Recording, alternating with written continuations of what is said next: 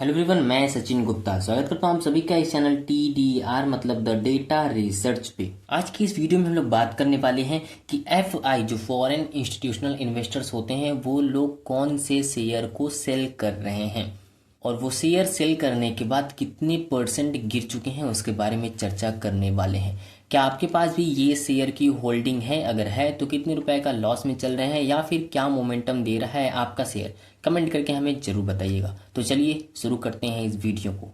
5 stock को महीने से बेच रहे हैं FII, मतलब ऐसे स्टॉक के बारे में बात करने वाले हैं। 5 ऐसे स्टॉक के बारे में बात कर रहे हैं जो पिछले कुछ दिनों से FI द्वारा बेचा जा रहा है। 40% से ज़्यादा की गिरावट आ चुकी है स्टॉक में। स्टॉक का मार्केट प्राइस मतलब ऑल टाइम हाई से अपने 40% तक का गिर चुका है ये स्टॉक। उसके बारे में चर्चा करने वाले हैं। शुक्रवार को शेयर बाजार हल्की बढ़त के साथ खुला। एक तरफ निफ्टी 42 अंकों की तेजी के साथ 24,289 अंकों के लेवल पर ओपनिंग देता है। वहीं सेंसेक्स 29 अंक ऊपर के साथ जाता है 79,830 के लेवल तक। हालांकि मार्केट के क्लोजिंग तक शेयर मार्केट में गिरावट देखने को मिला है, लेकिन जब ओपनिंग हुआ था तो अच्छे खासे मोमेंटम, छोटे बहुत मोमेंटम के साथ स्टॉक मार्केट ओपन हुआ था। यहाँ पे देख सकते हैं कितने कितने रुपए के साथ, कितने कितने अंकों के साथ यहाँ पर ओपनिंग देखने को मिला था।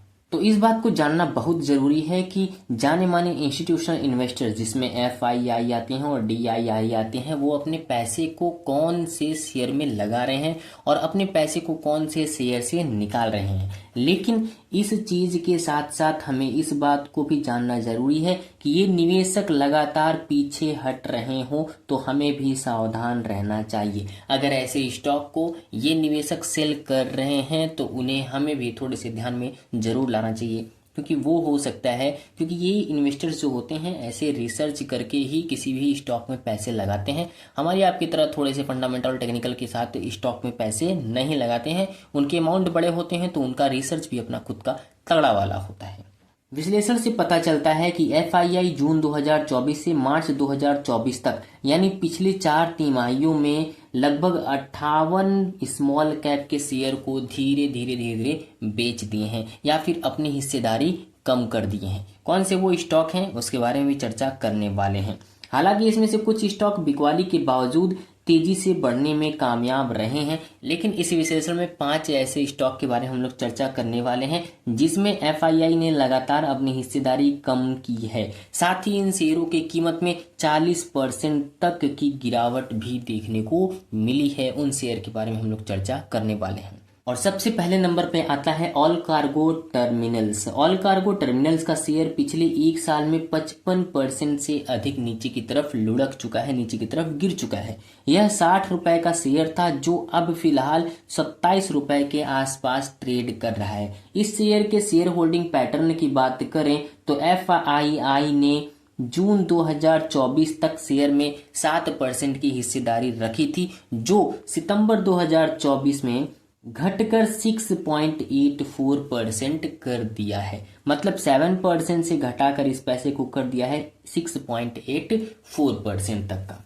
वहीं दूसरे स्टॉक की बात करें तो दूसरा स्टॉक है सूला वाइन यार्ड।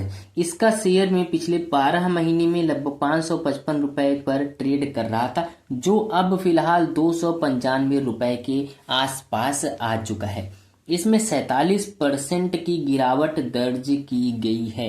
कंपनी के शेयर होल्डर पैटर्न को देखें तो जून 2024 में FII के पास इस कंपनी का 12.03% का शेयर था, जो सितंबर 2024 में घटकर 10.60% हो चुका है। मतलब इस शेयर के शेयर होल्डर जो हैं FII अपने आप को धीरे धीरे पीछे खींच रहे हैं।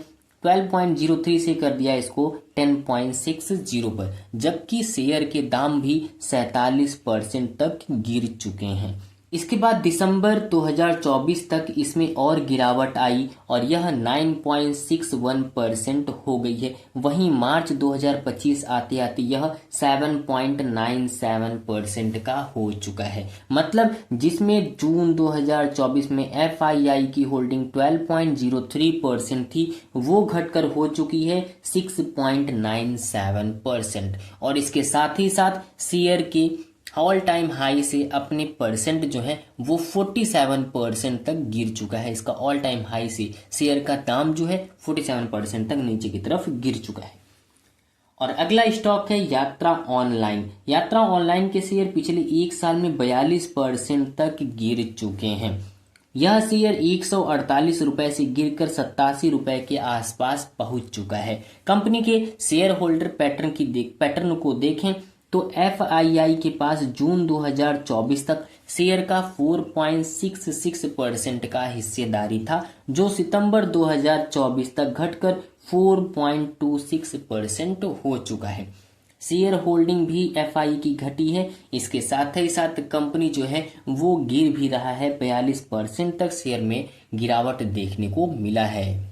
वहीं अगला स्टॉक है Dhampur sugar mills. Dhampur sugar mills का शेयर 12 महीने में 229 रुपया घटकर 134 रुपए पर आ चुका है। इसमें 41% की गिरावट देखने को मिले हैं। कंपनी के शेयर होल्डिंग पैटर्न को देखें तो जून 2024 में एफआईआई के पास कंपनी का 5.50% का हिस्सेदारी था, जो सितंबर 2024 तक घटकर 3.99% का हो चुका है। इसके बाद दिसंबर 2024 में इसमें और गिरावट आई और यह शेयर होल्डिंग जो है एफआईआई की वो और भी घटकर हो चुका है 2.14 तक। वहीं मार्च आते आते यानी लास्ट क्वार्टर 4 की बात कर लें तो वो आते आते और भी घटकर 1.97% तक हो चुका है।